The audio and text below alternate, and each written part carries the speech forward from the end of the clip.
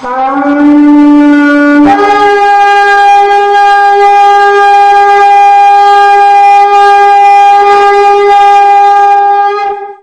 gobierno de la Torá en los tiempos del Pacto Renovado.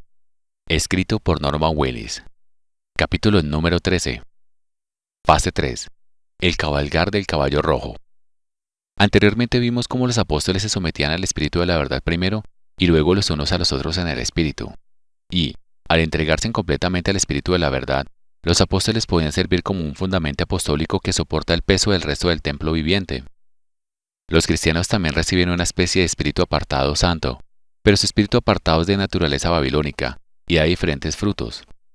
Mientras que los apóstoles servían al pueblo organizándose de acuerdo con una forma de un árbol viviente ascendente, los cristianos y los mesiánicos solo saben cómo organizarse de acuerdo con las jerarquías babilónicas o egipcias en forma de un árbol descendente.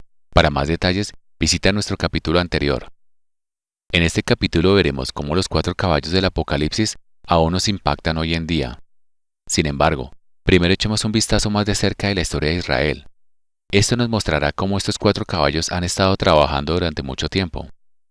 En nuestro estudio Israel Nazareno, demostramos cómo la venta de Yosef o José a Egipto fue un presagio profético de cómo la casa de Israel o Efraín sería esparcida por todas las naciones, cumpliendo así las profecías dadas a Abraham.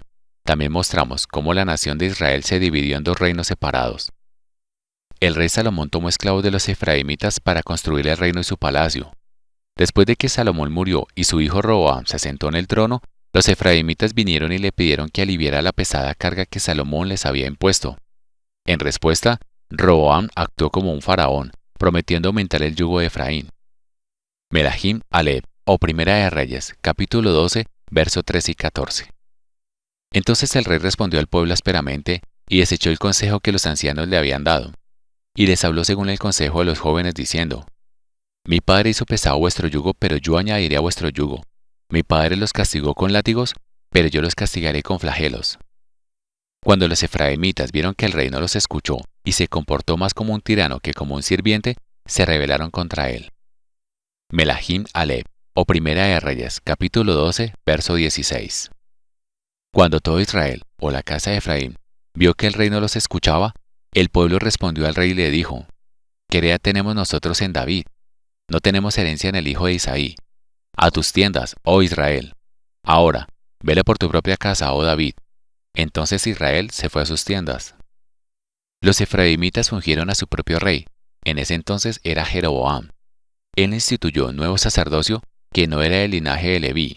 Además, estableció el culto a los becerros de oro en Dan y Betel, y le dijo a la gente que fueran allí, en lugar de ir a Jerusalén.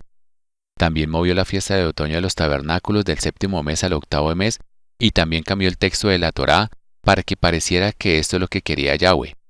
Todas estas cosas son las sombras proféticas de lo que la Iglesia Católica haría más tarde.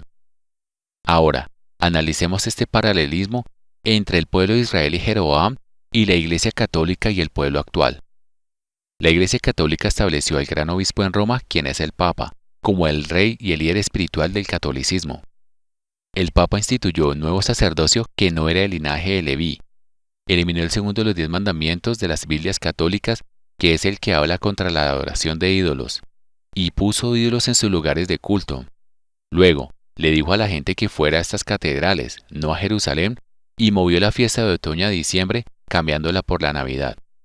En todos los sentidos, lo hizo sonar como si tuviera el poder de cambiar los tiempos de las fiestas solemnes y la Torá. Todas estas cosas tuvieron lugar en cumplimiento de Daniel 7:25, que nos dice que un gobernante, refiriéndose al Papa, oprimiría a los santos por un tiempo, tiempos y medio tiempo. Daniel, capítulo 7, verso 25.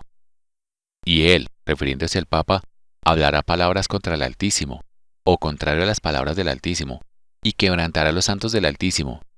Y él tiene la intención de cambiar los tiempos designados, o las fiestas, y la Torá. Y ellos, refiriéndose a los santos, serán puestos en su mano por un tiempo, y tiempos, y la mitad de un tiempo.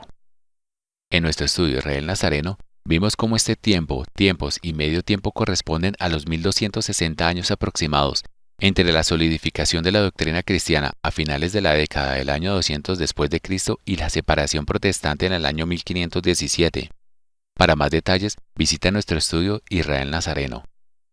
En nuestro estudio Apocalipsis y el fin de los tiempos, vimos que hay 4 fuerzas espirituales babilónicas que influyen en nuestro mundo. Estas 4 fuerzas se representan como 4 caballos, cada uno de un color diferente. El primer caballo de color blanco tiene un principio espiritual de amor sin Torá y una manifestación a través del cristianismo papal. El segundo caballo, que es de color negro, contiene un principio espiritual acerca del legalismo y del dinero. También está manifestado a través del judaísmo y el sistema de los banqueros. El tercer caballo, que está representado por el color rojo, tipifica un principio espiritual de gobierno populista, y su manifestación es a través de la democracia. Y el cuarto caballo, que está representado por el color verde, contiene un principio espiritual de disciplina corporativa, y su manifestación es a través del Islam o la ley Sharia. Mientras vemos a Yeshua montado en un caballo blanco en Apocalipsis 19, el caballo blanco de Apocalipsis 6 es el caballo blanco del antimesías porque salió venciendo y para vencer. Itgalud o Apocalipsis capítulo 6, verso 2. Y miré, y he aquí, un caballo blanco, y el que estaba sentado sobre él tenía un arco, y se le dio una corona, y salió venciendo y para vencer. Cuando las legiones romanas salían a conquistar, la iglesia romana la siguió de cerca para ganar conversos a la adoración del Papa. La lealtad del pueblo hacia el Papa se hizo tan fuerte que muchos siglos después de que las legiones romanas se hubieran retirado de los países conquistados, todos los reyes de estos países aún tenían que rendirle homenajes al Papa para no perder el corazón de su pueblo. Esta es la razón por la cual el Papa a menudo era considerado como el rey de Europa y los reyes cristianos como sus vasallos. Cuando Martín Lutero se dio cuenta de que el papado cumplía las profecías sobre el antimesías, le pidió al papado que se reformara, así como los efraimitas le pidieron reformas a Roboam. Después de que el papado intentó matar a Lutero, Lutero se separó de Roma, como los efraimitas se separaron del rey Jeroboam. Y después del cumplimiento de los 1260 años del caballo blanco, el pueblo se dio cuenta de que el papa realmente no hacía caso a las escrituras. Por lo tanto, se separaron del papado, ungiendo a su propio rey y comenzaron a estudiar las escrituras por sí mismos. Si nos fijamos en esto más profundamente, podemos llegar a ver aún más paralelismos. Satanás es un maestro engañador y le encanta crear falsas creencias, las cuales sirven como falsificaciones de la original. Por eso, cuando terminaron los 1260 años del dominio del caballo blanco, el caballo rojo, o el gobierno de la gente, comenzó a apartar a los efraimitas del caballo blanco. Itgalud, o Apocalipsis, capítulo 6, verso 4. Y salió otro caballo, bermejo, y aquel que estaba montado en él se le concedió quitar la paz de la tierra, y que se mataran unos a otros, y se le dio una gran espada. Fue bueno y malo que los efraimitas se apartaran del caballo blanco para seguir al caballo rojo. Fue bueno el hecho de que los efraimitas se dieran cuenta de que necesitaban buscar la verdad en las escrituras y no en la voz de una persona. Pero fue malo porque eso creó un espectro de creencias que confundieron a muchos creyentes, y todavía lo hacen hoy. El nombre de Babilonia se refiere a confusión, y Babilonia busca crear confusión. Si puede confundir al pueblo, entonces puede dividirlo, y si puede dividirlo, entonces puede conquistarlos. El espíritu apartado nos ayuda para disipar este tipo de confusión que predica Babilonia. Es por eso que la sumisión al espíritu de verdad es tan esencial. Si miramos la historia, podemos ver cómo el mundo espiritual impacta el mundo material. El caballo blanco perdió su monopolio en 1517 y el caballo rojo comenzó a llevar a los efraimitas lejos del papado. No mucho tiempo después de esto, los protestantes comenzaron a preguntarse por qué deberían obedecer a los reyes que el papa había designado. Alrededor de un siglo después, en 1619, comenzó la época de la Ilustración. Un filósofo francés llamado René Descartes tuvo una serie de sueños en los que sintió que se había comunicado con una fuerza espiritual, es decir, demoníaca. Después de estos sueños, creó su famosa máxima, pienso y luego existo. Sin embargo, en las escrituras es Elohim quien dice, yo existo. Yohanan o Juan, capítulo 8, verso 58. Yeshua les dijo, de cierto les digo, antes de que Abraham fuera, yo existo. Lo que Descartes realmente afirmaba era que existimos y somos Elohim simplemente porque pensamos. Sin embargo, como explicamos en otra parte, pensar sin escuchar al Espíritu de verdad es lo mismo que participar del árbol del conocimiento del bien y del mal. Tal pensamiento que se aleja de escuchar al Espíritu es estar haciendo solo lo que parece bueno a nuestros propios ojos y ese camino solo conduce a la muerte.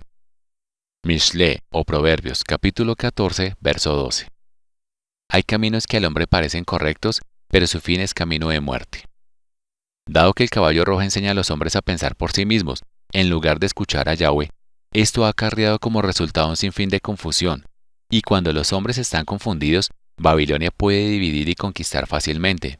No es sorprendente que este sea el objetivo de todas las democracias de los caballos rojos, que habla del nazismo o el nacionalsocialismo. En 1776 los protestantes de los Estados Unidos estaban listos para separarse del rey George de Inglaterra. Aunque el rey George o Jorge era un rey protestante, su reinado fue visto como una reliquia del papado del caballo blanco ilegítimo, que, en cierto sentido, era cierto. La mayoría, si no todos, de los padres fundadores eran francmasones, por lo que argumentaron que el gobierno no debería tener más derechos de los que le otorgue el pueblo. Esta es la base de la democracia del caballo rojo en todas partes, y en 1948 los Estados Unidos declararon en su Declaración Universal de Derechos Humanos que la voluntad del pueblo será la base de la autoridad del gobierno. Como mostramos en nuestro estudio Apocalipsis y el fin de los tiempos, el caballo negro es el que controla el suministro del dinero. Por lo tanto, es capaz de controlar tanto a los gobiernos como a los tribunales a través de los francmasones y también los medios de los cuales son dueños. El caballo negro usa el caballo rojo como una herramienta para engañar a la gente. El nombre Rothschild significa Red Shield, que significa que el caballo negro se esconde detrás de la democracia del caballo rojo, usándolo como un escudo para sus acciones. Al manipular la opinión pública a través del gobierno, incluidas las escuelas, los tribunales y los medios de comunicación, el caballo negro puede fabricar y dirigir hacia donde ellos quieran el consentimiento de los gobernados. Aun cuando causa confusión, muerte y destrucción, el caballo rojo fue usado para alejar a Efraín del papado y hacer que estudiaran las escrituras por sí mismos. Ahora, depende de nosotros regresar a la fe original. Si te gustó nuestro último capítulo, no te pierdas el que sigue. Y si deseas obtener más información y encontrar más estudios acerca de la fe una vez entregada a los santos, visítanos en nuestra web en www.nazareneisrael.org/es. Shalom y que Yahweh te bendiga.